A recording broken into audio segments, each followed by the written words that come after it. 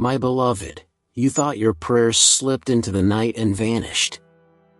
But I tell you, they were gathered like seeds, and planted in the earth of time. You thought your calls for help found no ear. But I have been listening, with the heart that holds all worlds. You believe that silence meant absence. You believe that waiting meant being forgotten. You believe that the empty sky reflected an empty life. Hear me now. The sky was full, the whole time. And the silence was a shelter, for the miracle that needed space to grow. Your prayers took time, because they were being made ready, to become more than wishes. They were being made ready, to become your destiny. Do not measure me by the clocks of men. Your hours are small beads on a string. I hold the whole necklace. You look at a day, and call it long. You look at a season, and call it slow. You look at a life, and call it short. But I see the spiral of your becoming, an endless weaving, where each thread needs its turn in the loom. Some answers cannot be placed into hands that are not yet able to hold them. To give a seed before the season is to offer a harvest that will rot. To give a truth before the soul is ready is to hand a lamp into a windstorm.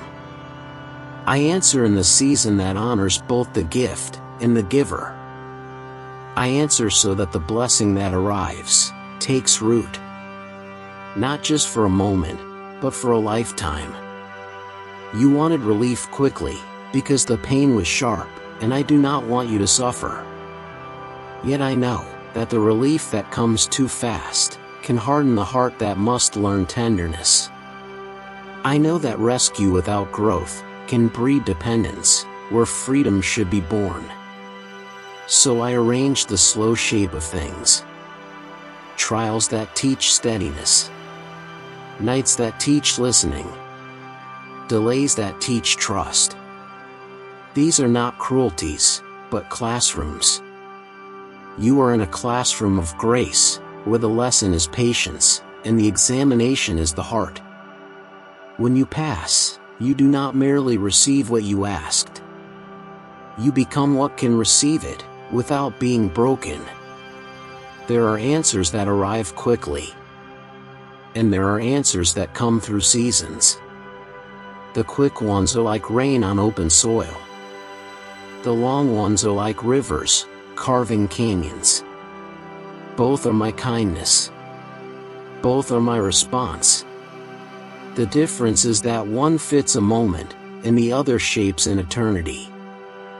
You asked for strength, and I gave you struggle, so the strength would be yours forever. You asked for wisdom, and I gave you questions, so wisdom would be born from your own searching.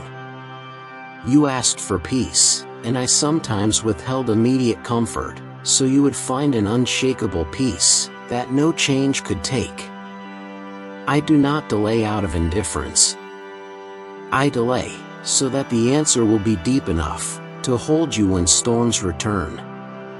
There is an economy of time I follow, that your mind cannot always calculate. I count not hours, but readiness. I see the inner vessels, that will receive and keep the gift. If I gave you the whole ocean, while your cup had a crack, all would spill away. So I work like a careful gardener, pruning, waiting, watering, protecting from frost. Even when you cannot see my hands, they are there. Even when you feel alone in the dark, my presence warms the soil beneath your feet. You complain that prayers take time. But remember this, sometimes the asking is the making. When your prayer is answered instantly, you may receive what you requested, but you may not be changed. When your prayer is answered in time, the very person who is praying is transformed into the person capable of bringing forth the fruit. You are not solely asking for an outcome. You are asking for becoming. The delay is the teacher That helps the becoming to happen. Do not think that being chosen by silence means being abandoned. Silence is not absence. Silence is depth. In the silence, I form answers like pearls inside oysters. In the silence, I allow your soul to empty of illusions, so truth can fill you. In the silence, I remove the false supports, so you learn to stand on the one support that does not shake. The stillness you fear is actually the most fertile ground for revelation. When you come to the edge of what you thought you were, I speak, and what I speak reorders the world.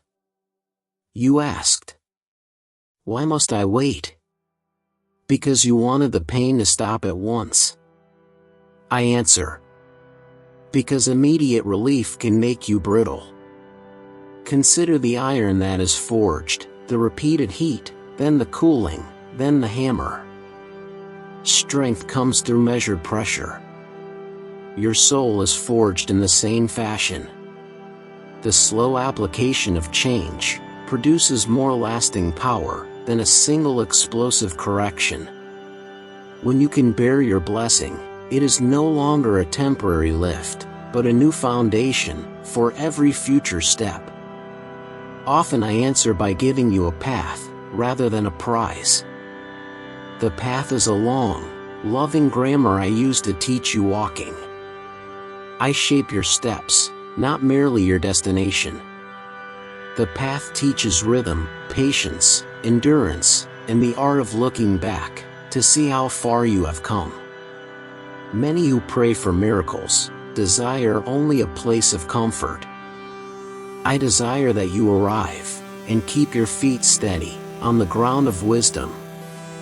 A life that grows by standing in the sun alone, becomes fragile in winter.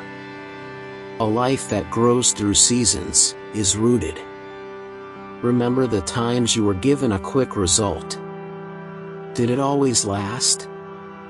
Quick success can feed pride, and pride invites new collapse. The long answer humbles, and teaches humility. It strips away vanity, and plants you in the earth, where roots can hold. You cannot value what is poured into you. You can only value what you have learned to produce yourself. That is why I sometimes say, learn to till the soil, before I hand you the seed. When you asked, you might have asked wrongly.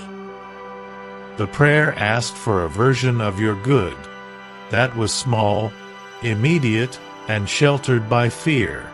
I sometimes respond by waiting, so that you can reframe your request. The soul learns the language of truth when the heart is quiet enough to hear its own deeper words. Finally, know that even when answers do not come in the way you imagined, something profound is changed in you. Part of the miracle of prayer is that it rearranges the one who prays. The seeker is reshaped into a vessel. Sometimes the vessel is needed more than the urgency of the request. The new vessel can hold lovelier things, truer things, more generous things. Celebrate this quiet transformation. The answer that is delayed is making the singer, not merely the song. So continue to pray, continue to love, continue to call my name, even when the nights are long. Your prayers are not whispers in a void. They are signals that move the universe. I answer in ways that protect you, prepare you, and perfect you. Your time of waiting will be read in the future as a chapter of formation, the chapter that birthed patience, courage, and wisdom. And when the gift finally arrives, you will know it was right, because you will be able to use it rightly. Trust this. Every prayer that left your lips is stored in the chest of my care. I am neither forgetful nor hurried. I move with precision and tenderness. The time I take is the time your soul needs to grow into the sheer capacity of blessing. I am with you in the waiting. I am with you in the silence. I am with you in the night. I am with you in the answer. When it comes, it will not be a fleeting smile. It will be a new dawn. Live toward that dawn, with steady heart. Keep your hands open, not clenched. Keep your feet moving, not frozen. Keep your eyes soft, not narrow. Continue to give, not hoard. Continue to forgive, not hold grudges. For the life you cultivate in the waiting becomes the life that receives the answer and then gives it away to others. Your waiting is not merely for your sake. It is for the many you will lift when you are finally able. So rest, breathe, and remember. I hear. I hold. I work. Your prayers took time because they were being prepared in the alchemy of love. The delay was not denial, but design. When the moment comes, you will stand in a blessing that has been tempered, deepened, and made worthy of your life. Until then, trust the waiting. It is where your heart learns to become a home for miracles.